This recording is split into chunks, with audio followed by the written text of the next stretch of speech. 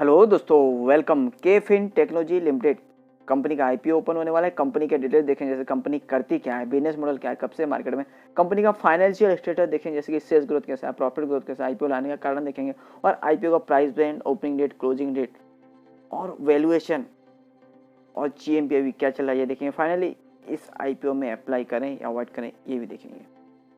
तो दोस्तों, जैसे मैंने आपको कंपनी का नाम बताया, के फिन टेक्नोलॉजी आईपीओ, जो कि 19 दिसंबर को ओपन हो रहा है और 21 दिसंबर 2022 तक चलेगा। अभी कंपनी करती क्या और कब से मार्केट में, तो कंपनी की स्थापना जून 2017 में हुई, यानी कि कंपनी ने 5.5 साल मार्केट में पूरे कर लिए हैं। और अभी कंपनी करती क्या है, तो यहाँ company leading technology driven financial services platform यहाँ पे प्रोवाइड करती है, जो कि सर्विसेज और सॉल्यूशन देती है एसेट मैनेजर्स और corporate issuers across asset classes in India, और इन्वेस्टर सॉल्यूशन प्रोवाइड करती है ट्रांजैक्शन ऑर्गेनाइजेशन और प्रोसेसिंग फॉर म्यूचुअल फंड और प्राइवेट स्कीम, रिटायरमेंट स्कीम भी प्रोवाइड करती है, जो कि मलेशिया, फिलीपींस और हांगकांग में अपनी सर्विसेज यहाँ पे प्राइवेट रिटायरमेंट स्कीम भी प्रोवाइड करती है कंपनी सर्विसेज।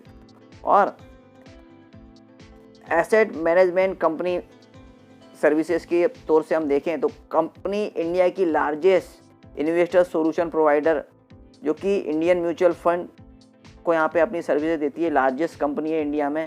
और कंपनी जो अपनी सर्विसेज प्रोवाइड करती है, यहाँ 301 फंड और 192 एसेट मैनेजर को अपनी सर्विसेज एज ऑन 30 सितंबर 2022 तक यहाँ पे प्रोवाइड कर रही है। और कंपनी को यहाँ पे central record keeping agency CRA,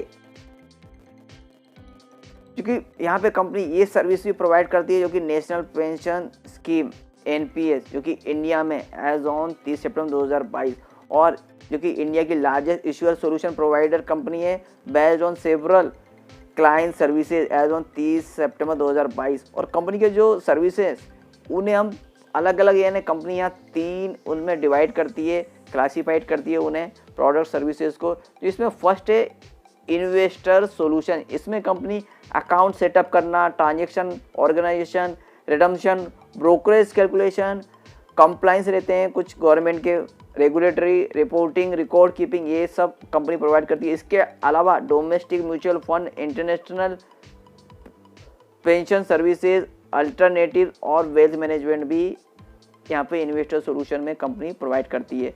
और इश्यूअर सॉल्यूशन में कंपनी यहाँ पे folio creation and maintenance, transaction processing for IPO, APO और ETC, corporate action processing, compliance, regulatory reporting, record keeping, MIS, virtual voting, AGM और volt, ये सब company issuer solution में provide करती है। और global business domestic mutual services में company मोर्टेज services, legal services, transfer agency, finance and accounting, ये सब कंपनी सर्विसेज प्रोवाइड करती है। तो अच्छा खासा कंपनी का यहाँ पे सर्विसेज प्रोवाइड करती है। और यानी थोड़ा डाइवर्सिफाई बिजनेस भी बोल सकते हैं, ओनली एक बिजनेस नहीं है। यहाँ पे इन्वेस्टर में भी देखें तो अलग अलग यहाँ पे सर्विसेज प्रोवाइड करती है, इश्यूअर सॉल्यूशन में भी यहाँ पे बहुत सी सर्विसेज प्रोवाइड करती है, और ग्लोबल बिजनेस इसमें भी अलग अलग सर्विसेज प्रोवाइड करती है। और कंपनी का यहाँ पे फाइनेंशियल कंडीशन देखते हैं आगे कैसा है। दोस्तों, आप देख सकते हैं यहाँ पे कंपनी का फाइनेंशियल फिगर करोड़ में है, और मार्च 20,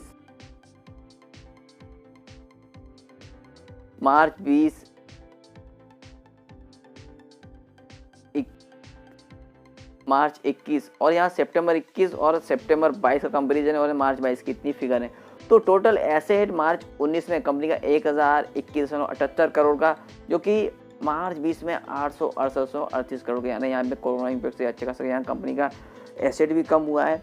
और मार्च 21 में 922.61 करोड़ का, मार्च 22 में 1026.41 करोड़ का, और 30 सितंबर 2022 यानी कि अप्रैल, मई, जून, जुलाई, अगस्त, सितंबर 6 महीने, यानी मार्च 23 का यहाँ हाफ ईयरली 1114.81 करोड़ की यहाँ कंपनी का एसेट है। तो यहाँ पे कंपनी का एसेट थोड़ा बीच में यहाँ कम देखने को मिल रहा है, अभी दोबारा कंपनी का एसेट अप ट्रेंड में है। रेवेन्यू ग्रोथ देखें तो मार्च 19 में 164.76 करोड़ का, जो कि मार्च 20 में बढ़ के 455.26 करोड़ का, मार्च 21 में 486.2 करोड़ का, और मार्च 22 में 645.56 करोड़ का, और यहाँ पे दोस्तों हाफ ईयरली 353.76 करोड़ का, यानी कि ये पूरे साल में 700 करोड़ के करीब यहाँ पे कंपनी का रेवेन्यू ग्रोथ दिखाई दे सकता है। तो यहाँ पे revenue growth year on year basis पे अप ट्रेंड है। वहीं एसेट भी बोल सकते हैं यहाँ पे अप ट्रेंड में, थोड़ा सा यहाँ पे डाउन हुआ था बीच में। प्रॉफिट देखें तो मार्च 19 में 896 करोड़ का और मार्च 20 में 452 करोड़ का यहाँ पे, यानी कि कोरोना इम्पैक्ट से यहाँ पे प्रॉफिट कम हुआ। और मार्च 21 में तो यहाँ पे प्रॉफिट के जगह पे यहाँ पे कंपनी को लॉस हुआ, जो कि 64.51 करोड़ का अच्छा सा लॉस हुआ है, क्योंकि कोरोना इम्पैक्ट की वजह से ही मान सकते हैं। और मार्च 22 में 148.55 करोड़ का फिर कंपनी को प्रॉफिट हुआ है, शानदार प्रॉफिट दर्ज किया कंपनी ने। और अभी यहाँ 30 सितंबर में हाफ ईयरली में 85.34 करोड़ का कंपनी का प्रॉफिट, यानी कि 170 करोड़ का यहाँ आने वाले साल में मार्च 23 में कंपनी का प्रॉफिट दर्ज हो सकता है। तो यहाँ पे ओवरऑल देखें थोड़ा सा यहाँ पे प्रॉफिट यानी लॉस में गया कंपनी और प्रॉफिट कम हुआ, पर ओवरऑल देखें कंपनी का प्रॉफिट अप ट्रेंड में अभी पिछले सालों में अच्छा खासा अप ट्रेंड में गया है। और नेटवर्थ देखें तो 519.28 करोड़ जो मार्च 19 में था, मार्च 20 में बढ़ा नहीं है, कम हुआ 409.58 करोड़ का, और 21 में और भी कम 340.4 करोड़ का। और सितंबर 22 में देखें तो दोस्तों यहाँ पे 644.34 करोड़ का यहाँ पे नेटवर्थ बढ़ा है अभी, और सितंबर 22 में तो 736.72 करोड़ का। तो यहाँ पे बीच में कम हुआ नेटवर्थ, पर दोबारा यहाँ अप ट्रेंड में गया। और कंपनी का कर्ज देखें तो 406 करोड़ का था, जो कि मार्च 19 से मार्च 20 में 375 करोड़ का, और मार्च 21 में 340 करोड़, मार्च 22 में 122 और सितंबर 22 में देखिए 126 करोड़। तो ये एक अच्छी बात है कि कंपनी ने यहाँ पे अपने कर्ज ईयर ऑन ईयर बेसिस जहाँ 400 करोड़ के ऊपर था, अभी ओनली 126 करोड़ का ही कर्ज है। तो यहाँ पे कंपनी अपने कर्ज कम करती आ रही है ईयर ऑन ईयर बेसिस पे, तो ये अच्छी बात है। तो ओवरऑल देखिए कंपनी के यहाँ फाइनेंशियल यानी ठीक ठाक है, थोड़ा सा यहाँ पे लॉस भी हुआ, पर यहाँ पे कंपनी रेवेन्यू ग्रोथ अच्छा दर्ज कर रही है, प्रॉफिट अभी पिछले सालों में अच्छा निकाल रही है। और सितंबर 21 के मुकाबले देखें तो यहाँ पे दोस्तों यहाँ एसेट भी अच्छे खासे बढ़े हैं, और रेवेन्यू ग्रोथ जो जहाँ 293 था अभी 353 है, प्रॉफिट 67 करोड़ से 85 करोड़ है, और नेटवर्थ 269 से 736, और कर्ज था जो 321 से 126। तो ये आप पिछले साल के सितंबर 21 से कंपेरिजन करें तो ये भी कंपनी का फाइनेंशियल एक अच्छा है।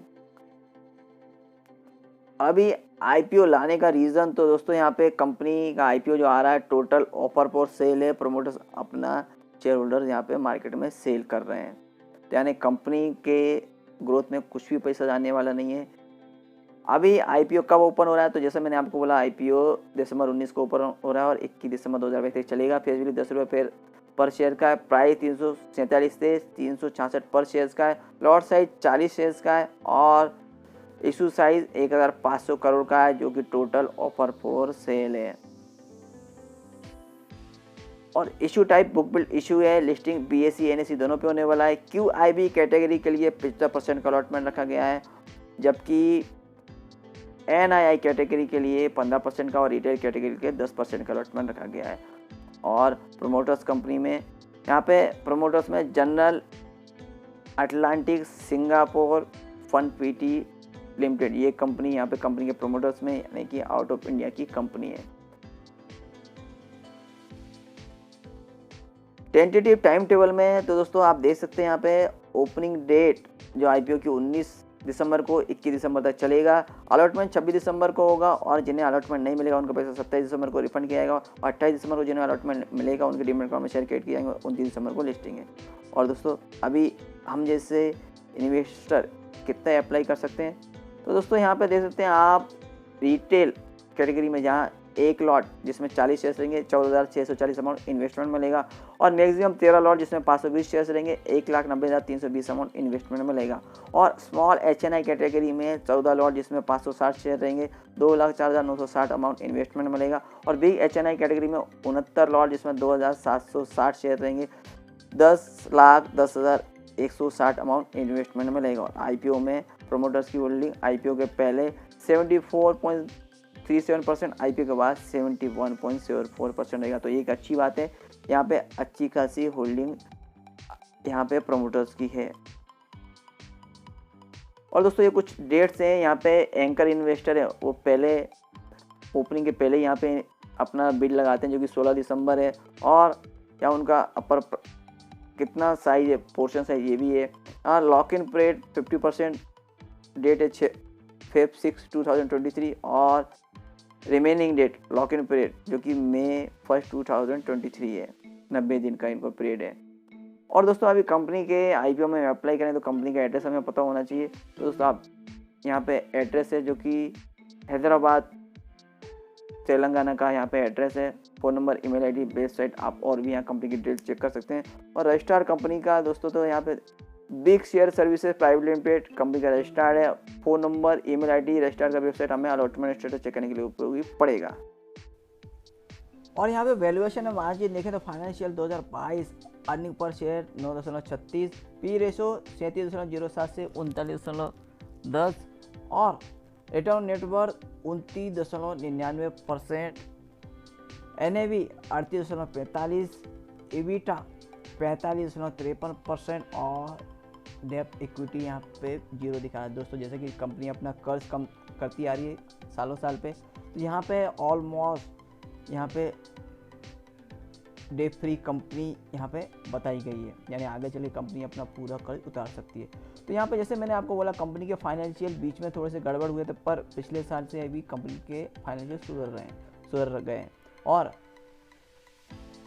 जो वैल्यूएशन है कंपनी ने यहाँ पे ठीक ठाक लगाया है, ना तो महंगा है ना तो सस्ता है।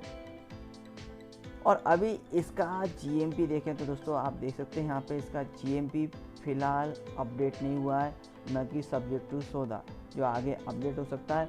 तो अभी इस IPO में अप्लाई करें या अवॉइड करें। दोस्तों ये कंपनी का जो बिजनेस है अच्छा है और कंपनी यहाँ पे सर्विसेज और सॉल्यूशन देती है, तो इसमें और भी कंपनी के बिजनेस में ग्रोथ दर्ज होगी आगे चल के फ्यूचर में।